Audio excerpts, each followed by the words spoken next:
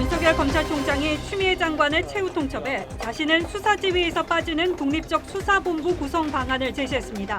추 장관은 오늘 밤 윤 총장의 제안을 거부했습니다. 정세균 국무총리가 고위공직자들의 다주택 처분을 주문했습니다. 반강제적 처분 요구에 정부의 정책 실패를 공무원에게 떠넘긴다는 내부 반발도 나옵니다. 청와대 노영민 실장이 똘똘한 한 채 논란에 결국 청주집에 이어 반포집도 이번 달에 처분하겠다고 했습니다. 강남 2주택자인 김조원 수석은 침묵을 지켰습니다. 해외 도피 중인 옵티머스 자산운용 설립자 이혁진 전 대표와 여권 유력 인사들 간 친분이 두터웠던 것으로 보여지는 사진이 공개됐습니다. 이 전 대표는 여성 폭행 전과가 다수임에도 공천을 받는 등 정치 활동을 이어온 것으로 취재됐습니다. 또 최숙현 선수가 가해자들의 발뺌에 좌절하며 이른바 10고문에 해당하는 빵 먹인 것도 부인하냐고 경찰과의 통화에서 되물은 것으로 확인됐습니다. 중대본이 정규 예배 외에 소모임이나 행사 등을 오는 10일부터 전면 금지했습니다. 위반 시 300만 원 이하 벌금이 부과됩니다. 당권 도전을 선언한 민주당 이낙연 의원이 출연해 부동산 등 각종 현안에 대한 입장을 밝힙니다.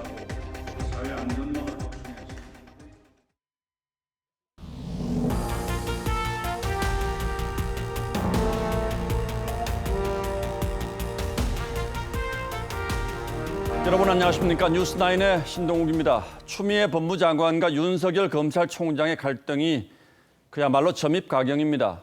추 장관이 휴가 중에 자신의 지휘를 따르는 최후 통첩을 보내자 윤 총장이 오늘 오후 독립적 수사본부를 구성하겠다고 한 발 물러섰습니다.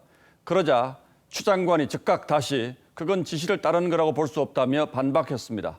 다시 말해서 채널A 사건과 관련한 첫 번째 요구, 서울중앙지검의 수사를 맡기고 총장은 손을 떼라는 지시에서 한 발도 물러설 수 없다고 다시 한번 확인한 겁니다.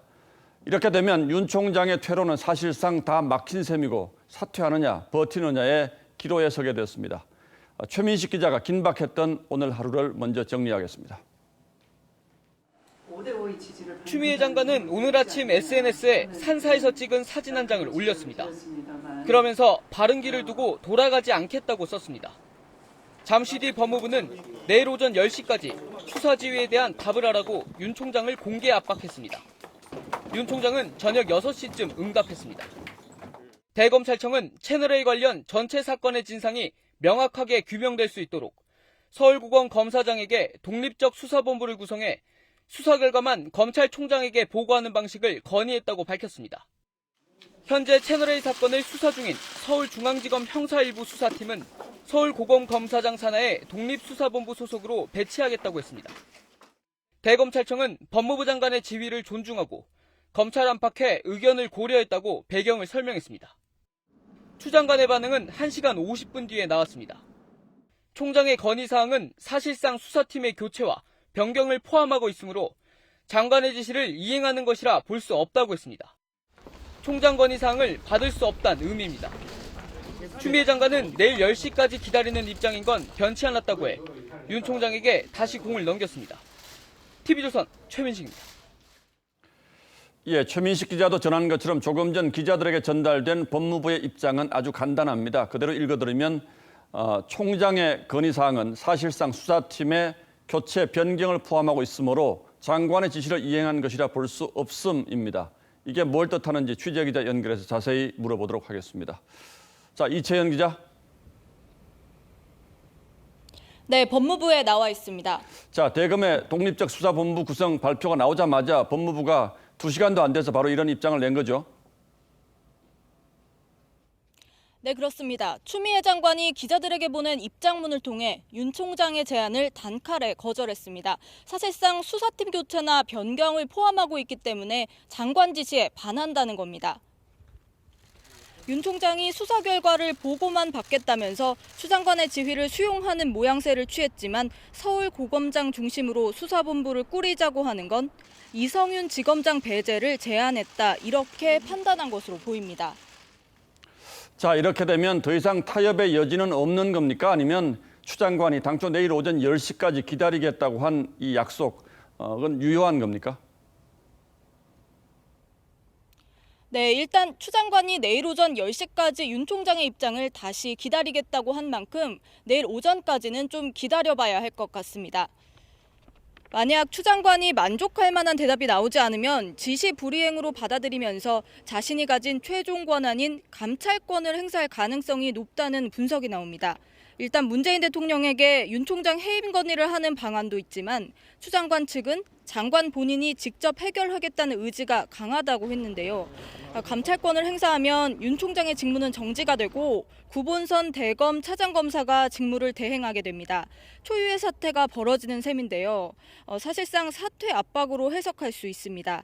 검찰 분위기도 더 뒤숭숭해질 것으로 보입니다. 채널A 사건 수사를 놓고 현재 검찰 내부는 의견이 분분한 상태라서 검찰 내부 집단 반발 가능성도 배제할 수 없습니다. 윤 총장은 윤 총장대로 감찰 결과 기다렸다가 무효 소송이나 권한쟁의 심판 같은 법적 대응에 나설 가능성도 거론되고 있습니다. 어떤 방식이든 법무부와 검찰의 갈등은 이미 정점에 와 있는 분위기입니다. 지금까지 법무부에서 TV조선 이채연입니다. 예, 다음 뉴스입니다. 정부가 부동산 문제에 대한 국민들의 불만과 불신이 간단치 않다고 판단한 듯합니다. 정세균 총리가 고위공직자 가운데 집을 여러 채 가지고 있는 사람은 한 채만 남기고 다 팔라고 지시했습니다. 팔라고 한다고 해서 실제로 집을 다 내놓을지, 그리고 앞으로는 다주택자는 고위공직자가 될 수 없는 건지 어떻게 보면 해프닝 같기도 합니다만 길을 한 번 잘못 들어서면 이렇게 빠져나오기가 쉽지 않습니다. 황정민 기자가 보도합니다. 행정안전부 관보 재산 공개 현황에 따르면 18개 부처 장관 가운데 절반에 가까운 8명이 다주택자입니다. 박영선 중기벤처부 장관과 강경화 외교부 장관이 3주택자고 홍남기 경제부총리, 추미애 법무부 장관 등은 2채를 갖고 있습니다. 정세균 총리는 고위공직자가 집을 여러 채 갖고 있으면 국민 신뢰를 얻기 어렵다며 장차관급에 대한 주택 보유 실태 조사와 주택 매각을 지시했습니다. 다주택을 소유하고 있는 고위공직자들에 대한 비판 여론이 심상치 않기 때문입니다. 노영민 비서실장이 청주 아파트 대신 서초구 아파트를 택한 걸 빗대 노프마 같은 풍자가 등장했고 온라인 게시판에선 탈당 인증 상황까지 벌어졌습니다. 당 지도부는 42명에 달하는 다주택 의원들에게 매각을 촉구했습니다. 부동산 안정화를 솔선수범한다는 취지에서 이른 시일 안에 약속을 이행해 줄 것을 당 차원에서 촉구하겠습니다. 이해찬 대표는 아파트로 돈 번다는 생각이 사라지게 하겠다고 했습니다. 민주당은 7월 임시국회에서 부동산 후속입법에 속도를 내겠다는 계획이지만 여권 고위 인사들의 다주택 문제 해결 없인 백약이 무효가 될 수 있다는 위기감도 감지됩니다. TV조선 황정민입니다. 들끓는 민심에 기름을 끼얹은 건 노영민 비서실장의 집 문제였습니다. 반포집은 그냥 두고 청주집을 처분하겠다고 했다가 여론의 문매가 쏟아지자 결국 반포집도 이달 안에 처분하겠다고 물러섰습니다. 그러자 또 청주집을 먼저 팔아서 절묘한 절세 방법을 실천했다는 비아냥이 쏟아졌고 다른 청와대 참모들은 어떻게 할지에도 관심이 쏠리고 있습니다. 이어서 신원석 기자가 보도합니다. 노영민 비서실장이 오전 9시쯤 SNS에 국민 눈높이에 못 맞춰 송구하다며 서울 반포 아파트를 이달 내에 팔겠다고 밝혔습니다. 2주택자인 노 실장은 지난 2일 청와대 다주택 참모들에게 집 한 채를 남기고 주택을 처분하라고 강력히 권고했습니다. 이후 청주 아파트를 매도했지만 서울 반포 아파트를 유지해 이른바 똘똘한 한 채를 남겨놨다는 비판이 일자 결국 매각을 결정한 겁니다. 노 실장 외에 청와대 비서관급 이상 중 다주택자인 사람은 김조원, 김거성, 김회숙, 이호승, 황덕순 수석 등 11명입니다. 청와대는 이들에 대해 조만간 설명할 일이 있을 것 같다며 기다려달라고 했습니다. 하지만 공직자들의 기강을 잡아야 하는 김조원 민정수석은 서울 도곡동과 잠실 등 강남 3구 2주택자임에도 별다른 입장 표명을 하지 않고 있습니다. 청와대 내에선 주택 처분을 권고받은 일부 참모가 난색을 표하기도 했었단 말도 나옵니다. 지금 최고의 민생 과제는 부동산 대책입니다. 통합당은 노 실장이 아파트 매도 순서를 청주, 서울로 잡으면서 3억 원 이상의 양도세를 아꼈다고 비판했습니다. TV조선 신은서입니다. 대체 이게 무슨 난리인지 모르겠습니다만 어쨌든 집값 내릴 거라고 장담했던 정부 고위직들의 말과 행동이 달랐다는 점에서 국민들이 배신감을 느낀 건 분명한 듯합니다. 뿐만 아니라 정부의 부동산 대책에 대한 원성도 나날이 높아가고 있습니다. 집을 한 채만 가진 사람들 역시 보유세 폭탄을 피하기 어렵게 됐기 때문입니다. 올해는 세금이 또 얼마나 오르게 되는지 지선호 기자가 설명하겠습니다. 서울 마포의 한 아파트 단지. 전용 84제곱미터형의 올해 보유세는 324만 원입니다. 지난해 8억 6천여만 원이었던 공시가가 올해 10억 7천여만 원으로 껑충 오르면서 지난해보다 40%가량, 2년 전에 비해서는 80%나 세금이 크게 올랐습니다. 여러 가지로 불만들은 많이 있고 사려는 사람은 가격이 내렸을 거라 생각하고 오는데 실제 가격은 안 내려요. 정부는 올해 공시가격을 산정하면서 시세 9억 원 이상 아파트는 공시가격을 최대 80%까지 끌어올렸습니다. 고가주택일수록 체감 금액이 더 커지도록 한 겁니다. 지난달 서울 아파트 중위가격이 9억 2,500만 원인 점을 감안하면 서울 아파트 두 채 중 한 채는 1주택자라도 세 부담이 늘어나게 됩니다. 정부는 공시가격을 시세와 얼마나 근접시킬지 정하는 목표 현실화율을 조만간 확정할 예정인데 너무 높게 설정될 경우 부작용이 작지 않을 거란 우려도 많습니다. 가격이 떨어져도 공시가격을 낮추는 데에는 최소한 1년 정도의 시차가 있을 수밖에 없다. 반대로 세부담은 더 올라가는데 가격은 떨어지는, 그래서 그거에 대한 조세 저항이 일어날 소지도 충분히. 여기에 종합부동산세의 공시가 반영 비율까지 매년 높아지고 있어 1주택자들이 느끼는 보유세 증가의 부담은 갈수록 커질 전망입니다. TV조선 지선호입니다. 불만은 또 있습니다. 정부가 허술한 규제를 난발하면서 곳곳에서 아우성이 쏟아지고 있습니다. 분양가보다 집값은 더 내려갔는데 규제 지역으로 묶일 처지가 됐다며 주민들이 집단으로 반발하는 곳도 있습니다. 권현영 기자가 취재했습니다. 김포 걸포동의 한 아파트 단지. 전용 136제곱미터형이 지난달 말 4억 7천만 원에 거래됐습니다. 2013년보다 1,000만 원 떨어진 가격입니다. 그런데 정부가 김포를 규제 지역으로 지정할 수도 있다는 소식이 전해지며 주민들의 걱정이 커졌습니다. 대단지 이런 데만 조금 올랐지 아직 분양가 회복 못한 곳도 많거든요. 그래서 규제 지역으로 다시 하겠다고 말을 바꾸시는 거는 저희도 이렇게 납득하기가 어려워요. 경기도 파주도 마찬가지.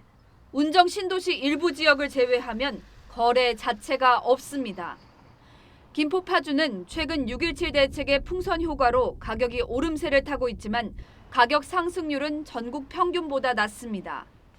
청주 역시 현 정부 들어 집값이 9.9% 떨어졌지만 6.17 대책에서 규제 지역으로 묶였습니다. 이런 일이 벌어진 건 정부의 규제 지역 선정 기준 때문. 최근 2, 3개월 내 집값 상승률을 바탕으로 규제 지역을 정하다 보니 엉뚱한 곳이 규제에 묶이는 경우가 나오는 겁니다. 기준 가격을 정해놓고 그 가격보다 급등하는 경우에 지정하는 게 타당하다고 생각이 되고요. 전체적인 급등보다는 지역별로 급등 수준이 다르기 때문에 지역별로 지정하는 게 맞다고 봅니다. 양주시와 청주시, 인천 서구와 남동구는 국토부에 조정 대상 지역 해제를 요청했습니다. TV조선 권은영입니다. 안정적인 공기업에 투자한다고 속여 돈을 끌어모은 뒤 실제로는 부실 채권에 투자했고 결국 돈을 돌려줄 수 없게 되면서 5천억 원대 피해가 우려된다. 옵티머스 펀드 사기 의혹을 간단하게 말씀드리면 이렇습니다.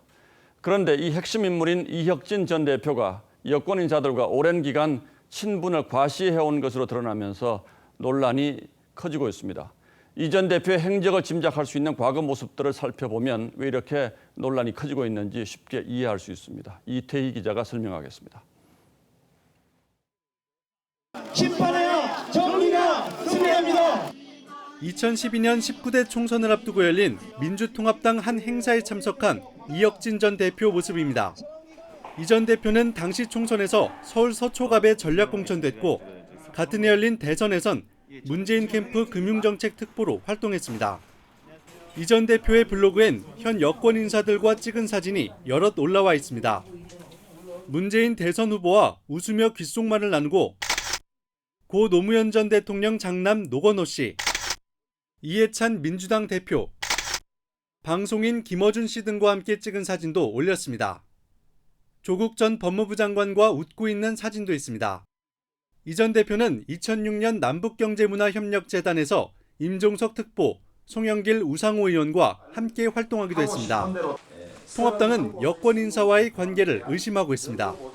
임종석 외교안보특보와는 한양대 동기이며 남북경제문화협력재단 이사장으로 있을 때는 재단 상임 이사를 맡기도 했습니다.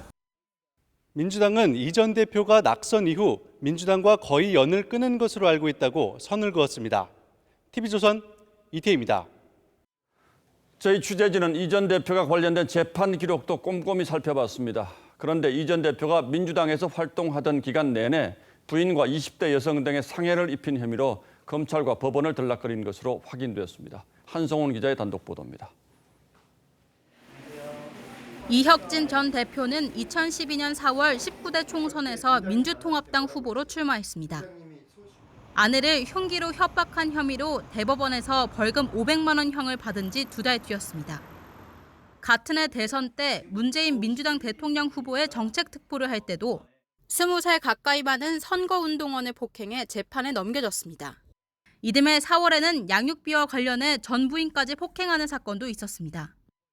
선거운동원 폭행 혐의로 벌금형이 확정된 직후인 2015년 12월엔 술집에서 만난 20살 여성을 다치게 해 또 재판에 넘겨졌습니다. 하지만 이 전 대표는 3개월 뒤 2016년 20대 총선에서도 민주당 선대위에서 일했습니다. 더불어경제실천본부 대변인을 맡게 된 이혁진입니다. 이후 이 전 대표는 행사 모델을 성폭행한 혐의로 징역형을 선고받았습니다. 국회의원 선거에 출마하기까지 한 유력 정치인이 여성에게 폭력 행사를 하는 등 수에 걸쳐 폭력 행위를 한 것은 죄질이 매우 좋지 않다고 생각합니다. 이 전 대표는 지난 2018년 70억대 횡령 혐의로 검찰 수사를 받다가 해외로 출국했습니다. 옵티머스 김재현 대표 등 경영진 3명은 5천억 원대 펀드 사기 의혹으로 어제 구속됐습니다. TV조선 한송원입니다. 예, 지금부터는 고 최숙현 선수 관련 속보들 집중적으로 살펴보겠습니다. 최 선수는 극단적 선택을 하기 2달 전 경주시청 감독과 선배들을 경찰에 고소했습니다. 저희 취재진이 경찰 수사관과 최 선수가 나눈 대화 음성 파일을 입수했는데 가해자들이 일체 혐의를 부인했다는 설명에 최 선수가 좌절하는 대목이 여러 군데 발견됐습니다. 먼저 윤수영 기자가 보도합니다. 체중이 불었다는 이유로 빵을 20만 원치 사와 먹고 토하게 만들며 또 먹고 토하고. 고 최숙현 선수는 지난 3월 경찰과의 통화에서 가해자로 지목된 감독과 선수들이 모두 혐의를 부인하고 있다는 얘기를 전해들었습니다. 혐의를 부인하시기 때문에 같은 자기들이 고소되는 상대방이라고 부인을 하니까 20만 원어치 빵을 강제로 먹인 일마저 부인하고 있다고 하자 최 선수 입에선 긴 탄식이 나옵니다. 그 빵 먹인 것도요? 예, 다 부인합니다. 부인하는데 벌금형으로 끝날 수도 있다는 말을 들었을 땐 말을 잇지 못합니다. 선수는 한 대 때리고 너무 간단하기 때문에 그건 아마 벌금도 안 나오겠나 싶어요. 네. 감독 김모 씨 등은 진술서에서 대부분의 문제를 고인의 탓으로 돌렸습니다. TV조선 윤수영입니다. 고 최숙현 선수를 폭행한 핵심 가해자로 지목된 운동처방사 안모 씨는 여전히 잠적 중입니다. 이런 가운데 경주시 체육회와 철인3종협회가 성추행과 폭행 등 2가지 혐의로 안 씨를 고발했습니다. 보도에 이민재 기자입니다. 여준기 경주시 체육회장이 고발장을 들고 검찰청사로 향합니다. 팀닥터로 불리던 운동처방사 안모 씨를 고발하기 위해서입니다. 고발장에는 현직 경주시청 소속 선수들의 피해 사실이 담겼습니다. 안 씨는 전지훈련지에서 고 최숙현 선수를 폭행한 혐의를 받고 있습니다. 그 순간에서 걸렸지. 이빨 때문에. 경주시 체육회가 제출한 고발장에는 팀닥터로 알려졌던 안 씨가 소속 선수들을 성추행한 혐의도 포함된 것으로 알려졌습니다. 전 경주시청 소속 선수는 안 씨가 자신을 무릎에 앉히고 볼에 뽀뽀를 하며 껴안았다고 주장했습니다. 지난 6일 국회 기자회견에서도 안 씨의 성추행 폭로가 나왔습니다. 치료를 이유로 가슴과 허벅지를 만지는 등 성적 수치심을 느꼈습니다. 경주시 체육회는 안 씨가 일했던 병원도 방문했지만 행방은 찾지 못하고 있습니다. 아직 확인이 안 되고 있습니다. 그래서 계속 저희들 연락을 하고 있는데 국내에 있는 거는 있는 걸로 지금 파악은 되고 있습니다. 대한철인 3종협회도 오늘 안 씨를 검찰에 고발했고 문체부 최윤희 2차관은 진상조사를 위해 경주시 체육회를 찾았습니다. TV조선 이민재입니다. 문화체육부도 뒤늦게 특별조사단을 꾸렸습니다. 경북체육회도 오늘부터 경주시 체육회를 감사하겠다고 밝혔는데 감사를 받아야 할 경북체육회가 오히려 감사에 나선다는 건 부적절하다는 지적도 나왔습니다. 균여전 대응의 감사 계획은 문제투성이어서 또 이러다 말겠지 하는 비관론이 벌써 나오고 있습니다. 박상준 기자가 취재했습니다. 경북체육회는 오늘부터 열흘간 경주시 체육회를 감사하겠다고 밝혔습니다. 하지만 감사 자격을 놓고 논란이 일고 있습니다. 문체부 최윤희 차관을 단장으로 하는 특별조사단의 피감 기관 중 경북체육회가 들어있기 때문입니다.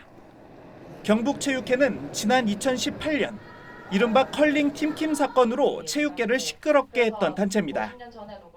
고 최숙현 선수가 속해 있던 경주시청이 2013년 경북팀에서 이름을 바꾼 것이어서 가해자 김모 감독과 경북체육회 인연 역시 줄곧 이어지고 있습니다. 고인의 아버지는 앞서 경북체육회의 사건 은폐 시도를 제기한 바 있습니다. 무마시키기 위해서 내가 한번 보자고 체육회에서. 체육회라 하는 인간들이 그런 식으로 내한테 자꾸 합의 붙이려고. 최 선수와 경주시 체육회가 작성했던 계약서도 문제투성이라는 지적이 나왔습니다. 양측이 작성한 계약서에는 근로기준법으로 정한 내용 등이 제대로 담겨 있지 않고 운영관리 내규 역시 선수에게 불리한 조항이 상당수 존재하는 것으로 드러났습니다. 이에 대해 경주시 체육회 측은 모든 선수들이 동일한 표준계약서를 작성해 큰 문제가 없다고 해명했습니다. TV조선 박상준입니다. 고 최숙현 선수 동료들과 부적절한 통화를 해서 논란을 빚은 민주당 이모경 의원이 SNS를 통해 국민에게 사과한다고 밝혔습니다. 그런데 그 말이 잘 이해가 되지 않습니다. 국민에게 송구하다. 그러나 언론에 잘 보이려고만 하지 않겠다고 했습니다. 자신의 잘못을 보수 언론의 공격으로 몰아세우더니 사과를 하면서도 또 언론 탓을 한 셈입니다. 보도에 최지원 기자입니다. 민주당 이모경 의원은 고 최숙현 선수 동료와의 부적절한 통화가 논란이 되자 음해라고 했었습니다. TV조선의 짜깁기식 음해 보도에 심각한 유감을 표하며 사과를 요청합니다. 진상규명이 두려워 물타기를 하려는 체육계 세력이 보수 언론과 결탁했다고밖에 보여지지 않습니다. 하지만 TV조선이 녹취록 전문을 공개한 뒤 민주당 권리당원 게시판에 임 의원에 대한 지적글들이 올라오고 정의당도 부적절한 통화였다고 비판하자 어젯밤 SNS를 통해 심려를 입은 국민들이 계시다면 송구스럽다고 사과했습니다. 임 의원은 그러면서도 자신이 최 선수 사건에 가장 분노했고 울분을 토했다며 대한체육회 등을 누구보다 적극적으로 질책했다고 했습니다. 또 결코 언론에 잘 보이기 위한 일만 하지는 않을 것이라고도 했습니다. 국민들에겐 송구하다면서도 피해 당사자인 고인과 가족들에 대한 언급이나 사과는 없었습니다. 민주당 문화체육관광위원회 간사인 박정 의원은 임 의원 논란과 관련해 통화에 대한 진상조사 등은 고려하지 않고 있다고 했습니다. TV조선 최지원입니다. 신규 확진자가 63명으로 집계됐습니다. 사흘 만에 또 60명대로 올라선 건데 그동안 감염이 발생하지 않았던 장소에서도 확진이 속출했습니다. 수도권에선 성당에서 첫 집단 감염이 발생했고 대전에서는 정부청사에서 확진자가 나왔습니다. 배상용 기자입니다. 분당 두산타워 건설 현장이 폐쇄됐습니다. 이 현장 근로자 1,200명 가운데 1명이 확진됐습니다. 밀접 접촉자 10명인데 이분들은 자가격리가 됐고요. 네. 그 나머지 이제 한 1,200명 정도가 고향의 한 성당에서도 신도와 가족 등 8명이 확진됐습니다. 식당에서 첫 전파가 이뤄졌고 이들과 같은 날 미사에 참석한 신도 620명이 검사를 받고 있습니다. 고양시의 성당 확진자 3명은 지난 4일 이곳 파주에 있는 성당에서 열린 기도 모임에도 참석했습니다. 파주 성당 관련 접촉자는 102명에 이릅니다. 대전에서는 백화점과 병원에 이어 5,000명 넘게 근무하는 대전 정부청사도 첫 확진자가 나왔습니다. 조달청 40대 직원은 오늘 확진됐고 청사 구내식당은 폐쇄됐습니다. 월요일날 저녁에 여기 있어가지고 그 일단은 재택근무를 해야 되죠. 광주에서는 사우나에서 확진자가 나와 594명이 검사를 받고 있습니다. 광주 고시학원에서도 7명이 감염됐는데 이 가운데 1명은 전남 영암군의 한 면장인 A씨였습니다. 방역당국은 해당 면 사무소를 폐쇄하고 A씨와 골프를 치며 접촉한 전남도청 공무원 3명도 검사하고 있습니다. TV조선 배상윤입니다. 최근 2주간 평균 확진자가 50.6명을 기록했습니다. 당초 정부가 2주간 평균 확진자가 50명을 넘어서면 사회적 거리 두기로의 격상을 고민해 보겠다고 했는데 그 시점이 된 것이기도 합니다. 우선 정부는 교회에서의 정규 예배 외에 소모임이나 행사 등을 오는 금요일부터 전면 금지하기로 했습니다. 구체적으로 어떤 활동이 위반에 해당하는지 황병준 기자가 전하겠습니다. 서울 관악구 왕성교회. 자가격리 중이던 교인 1명이 추가 확진되면서 관련 확진자는 38명으로 늘었습니다. 교회 관련 확진자는 최근 수도권과 대전, 광주 등에서 잇따르고 있는데 관련 교회만 47곳에 이릅니다. 최근 감염 사례를 분석해보면 교회의 소규모 모임과 행사로부터 비롯되는 경우가 전체의 절반가량을 차지하고 있습니다. 이에 정부는 본 예배를 제외한 성경 공부나 수련회 등 소모임과 행사, 단체 식사 등을 금지하고 전자출입 명부를 도입하도록 했습니다.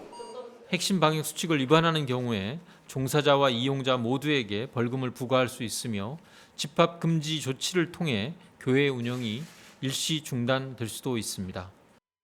방역 당국은 또 외식과 운동, 노래, 물놀이 등을 감염 위험이 높은 활동으로 분류하는 등 12가지 일상생활의 위험도를 평가해 공개했습니다. 마스크를 쓸 수 있는지, 비말 전파 가능성이 있는지 여부 등에 따라 분류한 것인데 상황에 따라 위험도는 달라질 수 있습니다. 예를 들면 뷔페 식사는 감염 위험이 높지만 배달 음식은 낮은 경우입니다. 한국교회총연합은 소모임 금지 조치에 대해 논평을 내고 참여자의 방역수칙 준수 여부가 문제라며 철회를 요구했습니다. TV조선 홍병준입니다. 임기 2년이 채 남지 않은 문재인 정부를 두고 진보 진영에서의 비판이 잇따르고 있습니다. 내로남불로 일컬어졌던 조국 전 장관 사태 때 시작된 이런 비판은 현 정부 부동산 대책을 두고 목소리가 커지고 있습니다. 오늘은 잇따라 정부의 비판 목소리를 내는 진보 진영에 포커스를 맞췄습니다. 거절한 기회주의자야.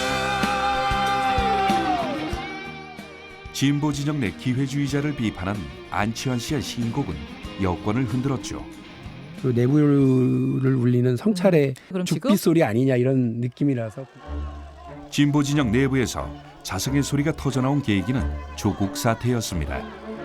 진중권 전 교수는 조국 전 장관의 내로남불을 지적하다.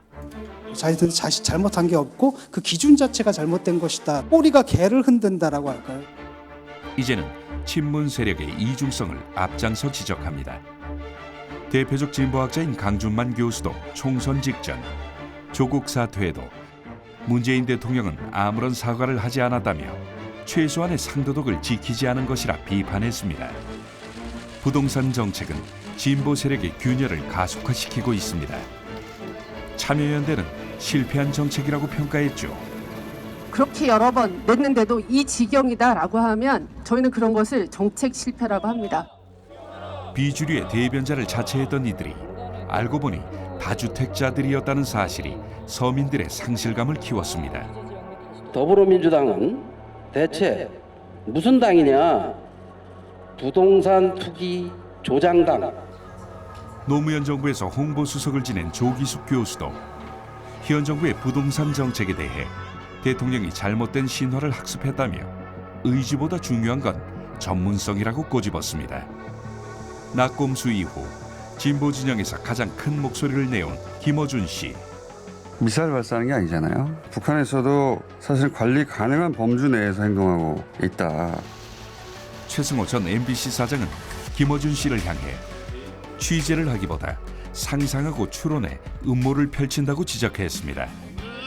기득권에 취한 진보 진영을 비판하는 잇따른 목소리. 진정한 변화의 신호탄이 될 수 있을지. 뉴스나인 포커스였습니다. 예, 다음 뉴스입니다. 비건미 국무부 부장관이 최근 남북관계 현안을 논의하기 위해서 방한했는데 북한의 첫 반응이 미국과 마주 앉을 필요 없다였습니다. 그러자 비건도 우리가 언제 보자고 했느냐고 맞받았습니다. 말 한마디로 치열한 기싸움을 벌인 셈인데 태평양 근대의 트럼프 대통령은 도움이 된다면 대선 전에 북한과 회담을 할 수도 있다고 했습니다. 조덕현 기자가 보도합니다. It's been too long, and I think, but you've come at a very important time. 비건 부장관이 가장 먼저 강조한 것은 남북 협력입니다. I emphasized to Ambassador Lee what the United States strongly supports inter-Korean cooperation. 여권 등에서 나오는 한미 워킹그룹 역할 조정론에 선을 긋고 한미 동맹을 강조한 겁니다. 남북 협력을 강조했는데 그것은 결국 한미의 워킹그룹이 협력을 방해하는 것이 아니라 적절성을 다시 한번 얘기한 것이다라고. 최근 북한이 두 차례나 미국과 마주 앉을 생각이 없다고 한 것에 대해선 북한과의 만남을 요청한 것이 없다고 강조했습니다. To be absolutely clear, we did not request a visit. This visit this week is to meet with our close friends and allies. 다만 김정은 위원장이 권한이 부여된 대화 상대를 임명하면 대화에 나설 수 있다는 여지를 남겼습니다. 트럼프 대통령도 현지 시간 7일 나는 북한이 나를 만나고 싶어하는 것으로 이해하고 있다며 3차 미북 정상회담과 관련해 도움이 된다면 하겠다고 말했습니다. 비건 부장관은 내일 청와대에서 서훈 신임 국가안보실장 등과 상견례를 가질 것으로 알려졌는데 새 안보라인과의 만남에서 어떤 메시지를 내놓을지도 관심입니다. TV조선 조덕현입니다. 예, 다음 달 29일 민주당의 새 대표를 뽑는 전당대회가 치러집니다. 총리 출신의 이낙연 의원과 김부겸 전 의원의 양자 대결로 압축이 됐는데 곧바로 대선 국면으로 이어질 수가 있기 때문에 여러 정치적 의미가 있습니다. 그래서 오늘은 먼저 이낙연 의원을 모셨습니다. 김부겸 전 의원은 공개적으로 출마 선언을 하면 그때 초대하겠다는 점 미리 말씀드립니다. 자, 이 의원 어서 오십시오. 네, 안녕하세요. 예, 뭐 시간이 짧아서 현안으로 좀 바로 좀 들어가죠. 네. 지금 국민들 입장에서 보면 집값이 굉장히 많이 올라서 좀 불안해하고 있지 않습니까? 네. 그런데 총리를 오래 하셨기 때문에 지금의 부동산 상황에 대해서 책임이 전혀 없다 이렇게 볼 수는 없을 것 같아요. 당연한 말씀이십니다. 저도 깊은 책임을 느끼고요. 몹시 국민들께 송구스럽게 생각합니다. 자, 그런데 이제 사실 돈이 너무 많이 풀려 있어서 집값은 어느 정도 올라갈 수밖에 없다. 그런데 수요를 억제하는 정책만으로 집값을 잡기는 어렵다 이렇게 말씀하시는 전문가들이 상당히 많습니다. 그런데 정부의 정책 기조를 보면 현재 정책을 계속 밀고 나가는 것처럼 느껴져서 좀 불안해하는데 이 대목에 대해서는 어떻게 보세요? 예, 우선은 대통령께서 이례적으로 집값 문제에 대해서 직접 말씀을 하셨는데 공급 확대가 처음으로 언급된 것 같아요. 네, 그 점에서는 조금은 달라질 것 같다는 생각이 들고요. 또 하나는 이 넘쳐나는 돈이 부동산이 아닌 산업 쪽으로 흘러들어가게 하는 인센티브랄까 출구를 마련해야 되겠다 하는 생각을 갖습니다. 정부 쪽에도 그 얘기를 전하고 있는데요.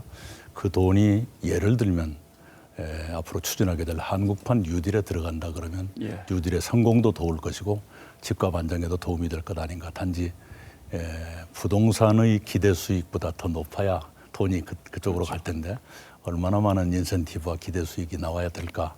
쉬운 문제는 아닙니다만 바로 그 기대 수익을 줄인다는 점에서도 수요 억제책은 필요하다고 생각합니다. 좀 기대를 해보고요. 지금 이 의원께서는 집이 없으신 거죠? 제가 그렇게 알고 있습니다만. 아닙니다. 저 강남에 있는 집을 팔고 와서 얼마 뒤에 종로에 집을 사셨군요. 자, 지금 오늘 뭐 청와대 참모 장관 공무원들 다 집 팔아라고 해서 이제 여러 가지 좀 논란들이 있는데 사실은 뭐 이게 궁극적인 해결책은 아닌 것 같고요. 만약에 여당 대표가 되시면 지금 민주당도 올해 안에 뭐 집을 다 팔게 하겠다 이런 발표를 네. 하시는데 어떤 좀 예, 근본적인 대책을 구상하십니까? 네네. 우선은 고위공직자들의 태도에서 예. 이런 것은 필요하다고 생각합니다. 국민들께 모범을 보여야 된다는 점도 있고요. 아까 말씀드린 대로 부동산 정책은 공급 확대, 수요 억제, 그리고 과잉 유동성의 출구 마련 이 세 가지가 다 맞아 들어가야 효과가 있을까 말까 예. 하지요.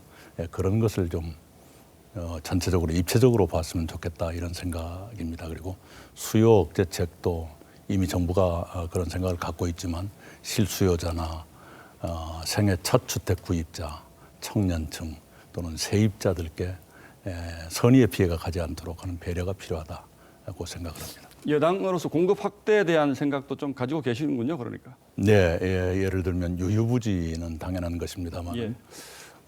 주택 공급을 억제하는 제약했던 그 규제들 완화하는 방법은 없는가? 예를 들면 서울의 경우에 주거지역과 상업지역의 비율이 7대3일 겁니다. 상업지역 비율이 다른 나라 대도시보다 큰 편인데요. 그걸 조정할 여지는 없는가? 근린생활지역이나 준주거지역 중에 아주 부분적인 그 주거지역으로의 전환 같은 것은 불가능한가?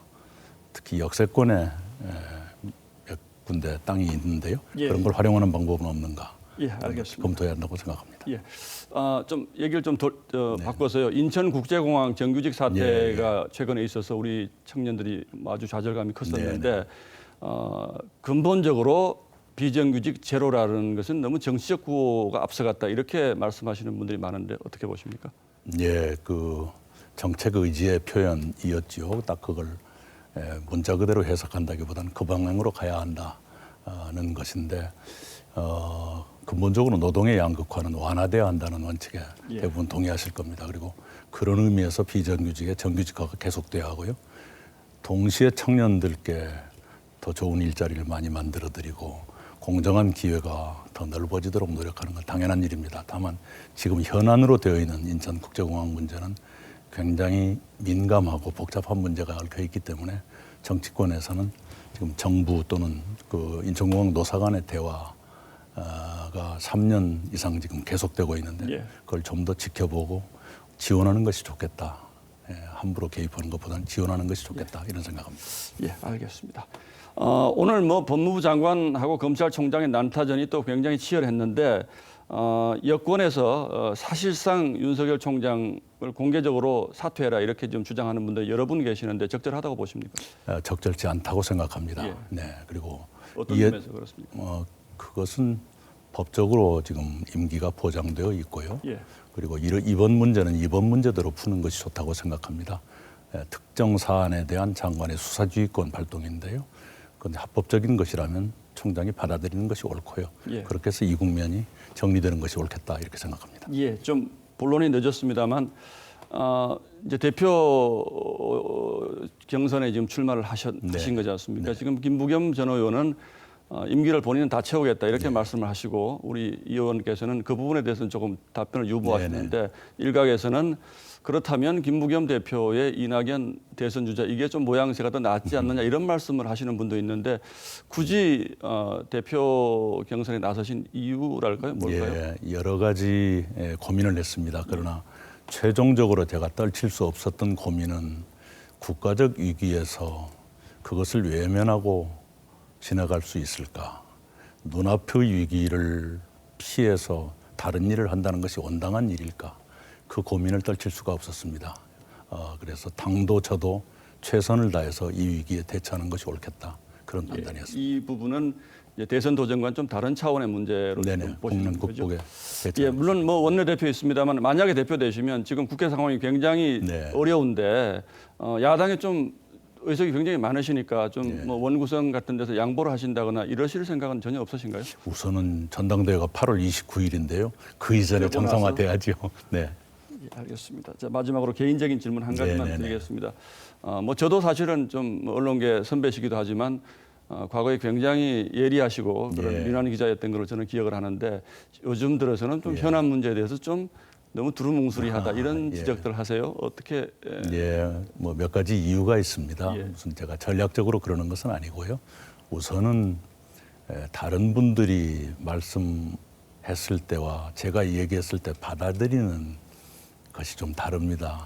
다른 분들은 정치적 의견 이련이 하고 받아들일지 모르지만 제가 말씀드리면 마치 정책으로 반영될 것 같은 느낌을 줘서 훨씬 더 책임이 따르는 것이 사실이고요.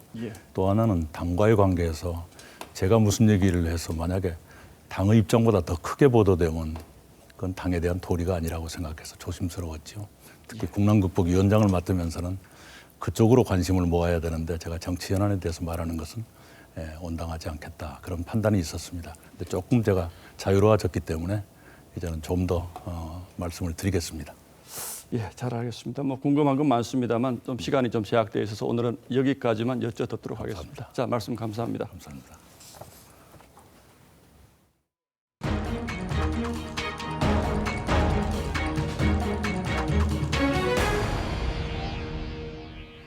트럼프 대통령이 부정입학 의혹에 휩싸였습니다. 친구에게 돈을 주고 대리 시험을 치게 했고 이 성적으로 본인이 자랑스러워했던 와튼 스쿨에 들어갔다는 주장이 나온 건데요. 미국이 발칵 뒤집혔습니다. 송지욱 기자입니다. 공개석상에서 틈만 나면 학벌 자랑을 해온 트럼프 대통령. I went to a great school. I went to the Wharton School of Finance. 스스로를 슈퍼 천재라며 아이비리그 와튼 스쿨에 나온 게 그 증거라고 강조했습니다. I was first in my class at the Wharton School of Finance. 그런데 트럼프가 1966년 와튼 스쿨에 입학할 때 친구를 매수해 대입 시험 SAT를 대신 보게 했다는 의혹이 제기됐습니다. 트럼프의 조카딸 메리는 트럼프가 뉴욕 포덤대에서 와튼 스쿨로 편입할 당시 친구에게 돈을 주고 대리 시험을 부탁했다고 폭로했습니다. 조 셔피로라고 그 친구의 이름까지 밝혔습니다. It talks about President Trump's character and fitness for office and really what makes him tick and how he got to be the person he is. 성적이 좋지 못했던 트럼프를 위해 누나 메리엄이 숙제를 해줬다고도 폭로했습니다. 그러면서 어릴 때부터 남을 속이고 조롱하는 걸 좋아했다고 메리는 주장했습니다. 출간 전에 책 내용의 일부가 공개되자 백악관은 돈을 벌기 위해 거짓말을 적었다고 반박했습니다. SAT 주간사인 컬리지 보드는 이와 관련해 아직까지 답변을 내놓지 않고 있습니다. TV조선 송지욱입니다. 미스터 트롯이 결승전 때 문자 투표로 모금한 수익금을 코로나 영웅들에게 전달했습니다. 최윤정 기자입니다. TV조선 미스터 트롯이 지난 3월 결승전에서 773만여 건의 이례 없이 많은 문자 투표로 생긴 수익금을 영웅들에게 돌려줬습니다. 이 수익금 모두를 코로나19를 막기 위해서 위험을 무릅쓰고 힘써주신 코로나 극복 영웅분들에게 환원해 드리기로 결정했습니다. 수익금 3억 4천만 원을 사회복지공동모금회에 전달했고 심사를 통해 코로나 영웅 10팀을 선정해 시상식을 진행했습니다. 전국의 의사들이 대구로 집결할 수 있도록 창구 역할에 도움을 또 주셨습니다.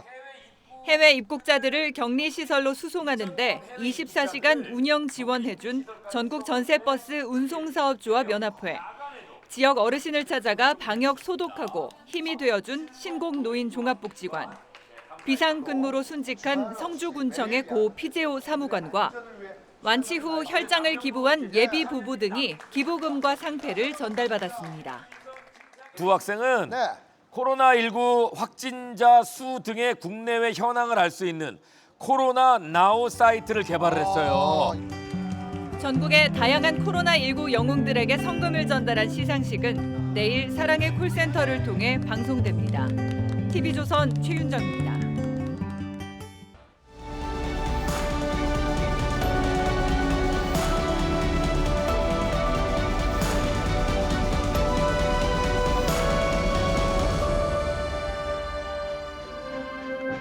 지난 1994년 북한을 탈출한 육군 소위 조창호가 국립현충원 지하 위패 봉안실에 섰습니다. 거기 모신 10만여 위패 중에 소위 조창호를 검은 테이프로 덮었습니다. 죽은 사람이 대명천지로 나서는 순간이었습니다. 6.25가 터지자 대학생 조창호는 국가 존망의 위기에 사내가 뭘 하느냐는 어머니의 말씀에 자진 입대했습니다. 그리고 포로가 돼 43년 동안 외웠던 군진 수칙을 전역식에서 외쳤습니다. 죽어도 항복하지 않는다. 포로가 돼도 전력을 다해 탈출하겠다. 그는 서울의 음식점에서 옥수수 버터구이가 나오자 얼굴이 일그러지며 치우라고 했습니다. 북에서 그는 전향을 거부해 아우지 수용소와 광산을 전전하다 규폐증으로 곡괭이를 놓았습니다. 그때부터 몰래 화전을 일구어 하루 세끼 10몇 년을 옥수수로 연명했던 겁니다. 그에겐 국군 포로에 대한 정부의 무관심이 한으로 남았습니다. 이래서는 누가 나라를 위해 목숨을 바치겠느냐고 말하곤 했습니다. 미 의회 청문회에 나가서는 우리 정부가 있는데 미국에서 증언하는 게 비참하다고 했습니다. 그런데 현충원에 잠든 그가 들었다면 벌떡 일어나서 눈물로 반길 소식이 나왔습니다. 탈북 국군 포로 2분이 북한과 김정은 위원장을 상대로 낸 소송에서 강제 노역 배상 판결을 받은 겁니다. 우리 법정에서 북한의 민사 책임을 물은 첫 판결입니다. 법원은 북한을 국가가 아닌 단체로 규정하고 원고 측이 청구한 2,100만 원씩을 그대로 받아들였습니다. 청구액이 적었던 것은 돈보다 명예회복과 한풀이 소송이었음을 말해줍니다. 국군 포로 문제에 대해서는 문망초를 제외하고는 그렇게 관심을 갖는 몇 개 하나요. 이게 난 참 섭섭하더라고요.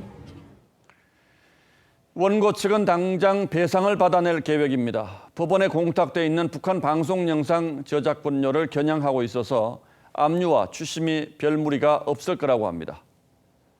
실제 배상까지 이루어진다면 또 하나 획기적인 선례가 될 겁니다. 이번 판결은 국군 포로 납북자는 물론 천안함 폭침 같은 북한 도발 피해자, 폭파된 남북연락사무소까지 폭넓은 대북 배상 청구에 길을 열었다는 점에서 의미가 적지 않습니다. 무엇보다 법원은 이번 판결로 북한에 대해서도 당당히 요구할 것은 요구하고 할 말은 하라는 경종을 울렸습니다.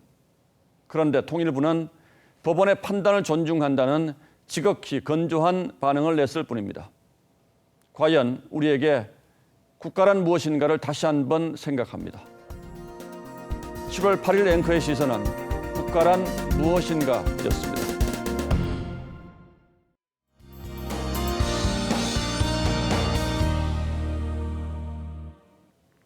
폭염특보가 영남에서 강원도까지 확대됐습니다. 내일도 한여름 더위가 이어지는데요. 서울의 경우 내일 33도까지 치솟겠습니다.